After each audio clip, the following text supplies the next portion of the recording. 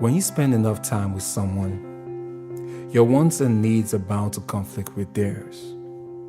Hi, my name is George Azoto, and today I want to talk about a subject that entails two or more people resolving their issues.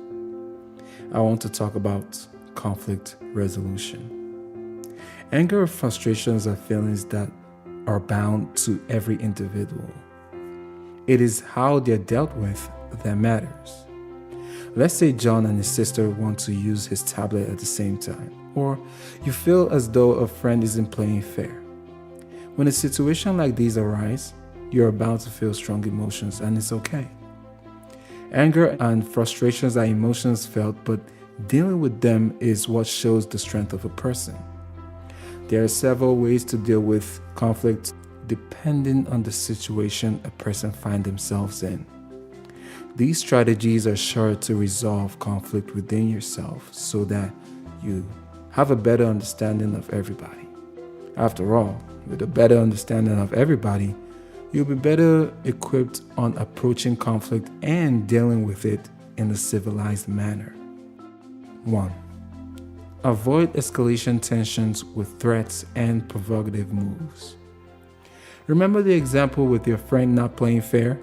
When we feel we are being ignored or steamrolled, we often try to capture the other party's attention by making threats such as saying, "Fight me," or "Come over here and say it to my face." These kind of remarks often lead to mistakes because of the common human tendency to treat others the way they're treated. People tend to respond to threats in nature, leading to an escalatory spiral, thereby worsening the conflict. Before making a threat, be sure to have exhausted all other options for managing conflict. 2. Understand the conflict. Conflict comes about for a variety of reasons. It's essential for a person to define what your position and interest in the battle is, and understand those of your candidates. In order to do this, here are some questions you can ask yourself to better understand the conflict. What do I really care about in this conflict? What do I want? What do I need? What are my concerns and my fears? From this point, think about the possible outcomes, like what kind of agreements might we reach? You will also need to think about the interest of your position. Ask questions like, if I were in their shoes, what would I care about in this conflict?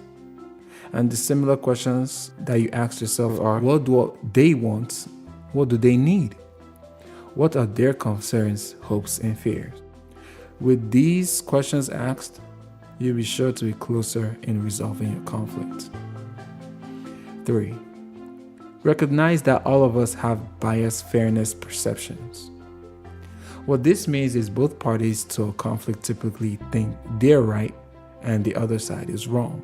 Because we as individuals can't get out of our heads, our sense of what would compound a fair conflict resolution is biased based on egocentrism, or the tendency to have difficulty seeing the situation from another person's perspective. Research by Carnegie Mellon University professors Linda Babcock and George Lowenstein and their colleagues backs this up. When we are confused in a conflict, we need to try to overcome our self-centered fairness perceptions. 4. Choose the best resolution.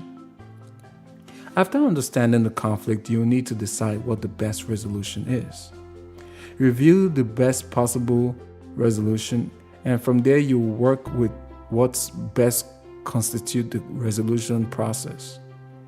Set a time to discuss it and determine which idea is best. The goal here is to use both group skills and resources to get the best result for everyone. Which resolution gives both groups the most? That resolution is probably the best one. 5. Use a third-party mediator. Sometimes we may not be able to get to the meat of the matter on our own. We may go around in circles when we try to deal with conflict. In order to put a stop to this, you may want to use a third-party mediator. This is a person that is not from your group or your opponent's group, but whom you both trust to be fair. Your mediator can help both sides agree upon a standard by which you will judge the resolution. Standards are a way to measure your agreement. They include expert opinions such as laws, precedents, which is also the way things have been done in the past, and accepted principles.